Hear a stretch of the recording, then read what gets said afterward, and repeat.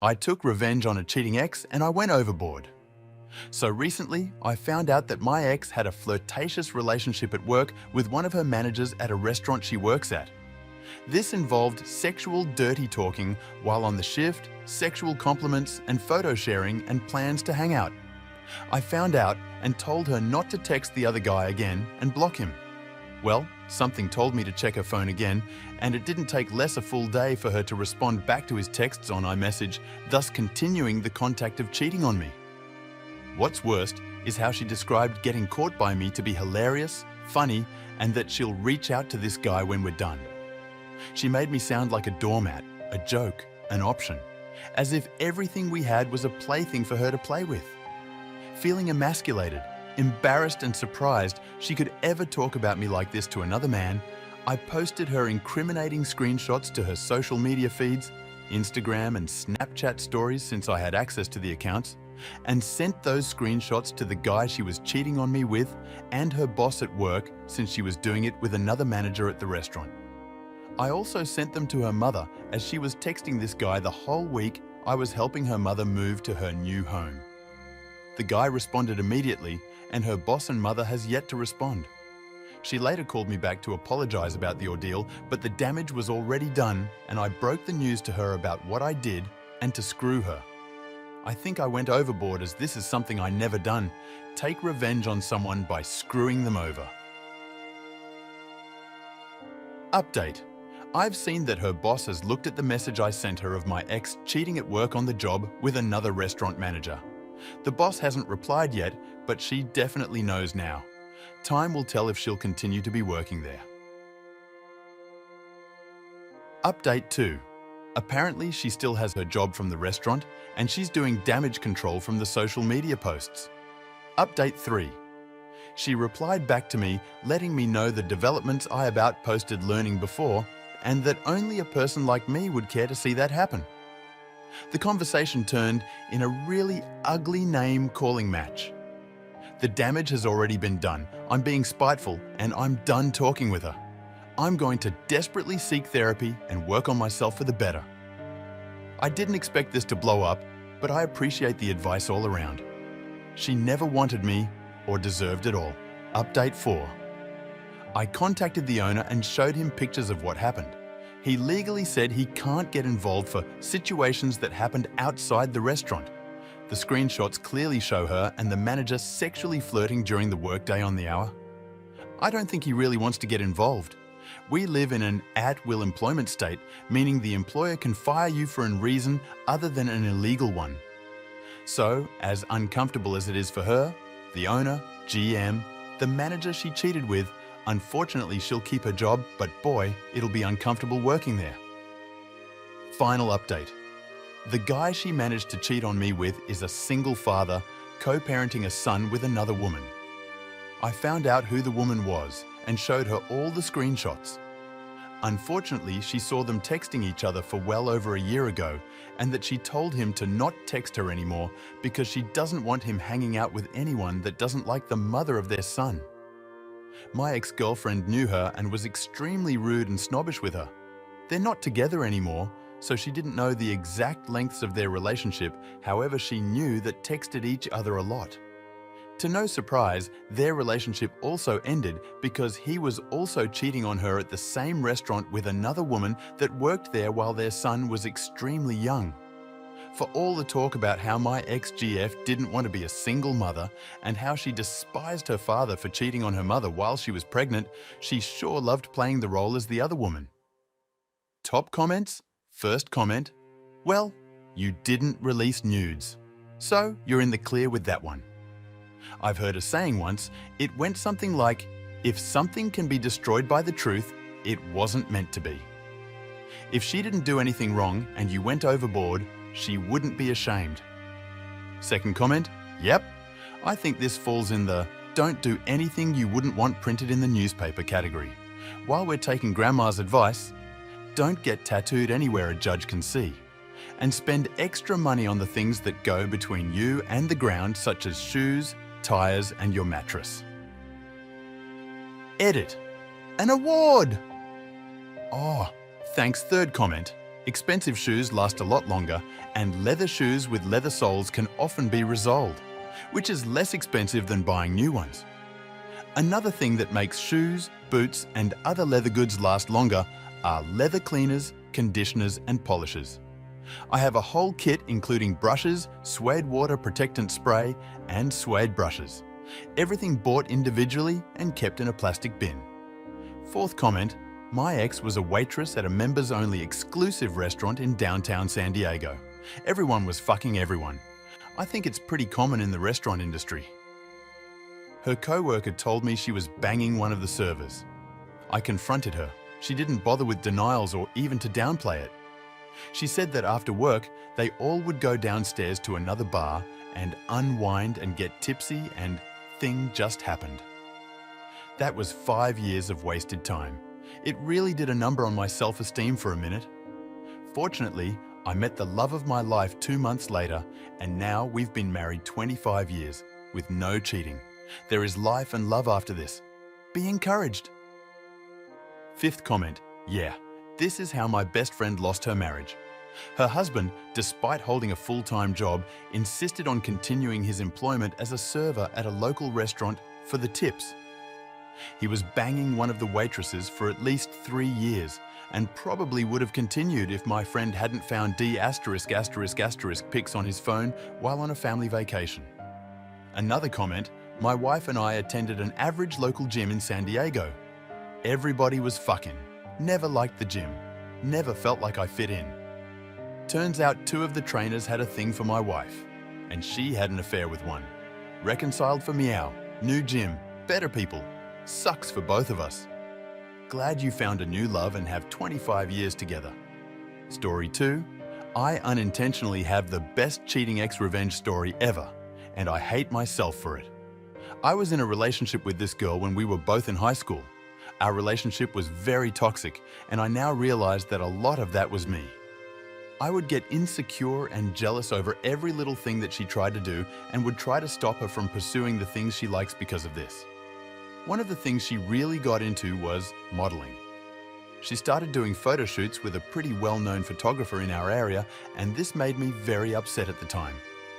This was almost a decade ago, and I have become more mature since, I promise. I told her how I felt, and we started to argue. In the end, there was pretty much an unspoken agreement that she would be allowed to continue her modeling thing. I would soon come to realize that my assumptions, though in hindsight seemed absolutely delusional, were actually correct as I went through her phone and found messages between them, her and her photographer, calling each other daddy and baby. I confronted her about this, and she insisted that it was purely platonic, and my dumb face believed her. A few months pass and I go through her phone once again, only to find really long conversations between them with an awful lot of eilies which they exchanged frequently throughout. This was still not enough for me to want to end the relationship, but the third incident was the straw that broke the camel's back. We were out on a date, and at some point she told me that she wanted to go through my phone. I told her that she's welcome to do so long as I get to go through hers. She then changes her mind, which only piques my curiosity even more. So I insist that she go through my phone and that I will do the same with hers, after. She goes through my phone and finds absolutely nothing because I genuinely don't cheat. And as you probably expect, I find new conversations on her phone, this time with the guy's girlfriend, where she appears to be very upset as she calls her various derogatory words for being in his, the photographer, house with him alone. This prompts me to end the relationship right then and there, and they make their relationship official on social media just a few weeks later. Now fast forward a couple years, they break up, and one of our mutual friends thinks it would be a good idea to get us back together so that maybe I can help mend her broken heart. I don't mind the idea, as I've always felt like even though the relationship ended on bad terms, I could have done better in the relationship. So we meet up, and one thing leads to another, and we do the deed. She then tells me that she hates how the relationship ended, and that it was a shame that we couldn't make it work. I agree with her, although there is a small part of me that just wants to scream, "It didn't work because you're a lying, cheating B***." We meet up more frequently over the next few days, and it always ends with me and her in bed. However, at some point, she asks if I have any plans on making it official between us. I decide to lie and tell her I had just gotten out of my own relationship and that I wasn't ready to start a new one. The truth was that I had been single for a while and was only beginning to be happy again. I started to appreciate having more time to actually do things that I wanted to do, to be able to be with my family more and focus on my priorities in life. I truly felt at this point that I'd grown so much since we last spoke and that she was still the same person, just with a different hairstyle. I knew right then that I had no plans on getting back together with her. She then hits me with the last question I want to hear. When will you be ready? At the spur of the moment, I tell her that I'm not sure yet, but maybe soon, and so trouble begins. We continue to meet up and hook up and talk, and day after day. She asks the same question. Are you ready yet?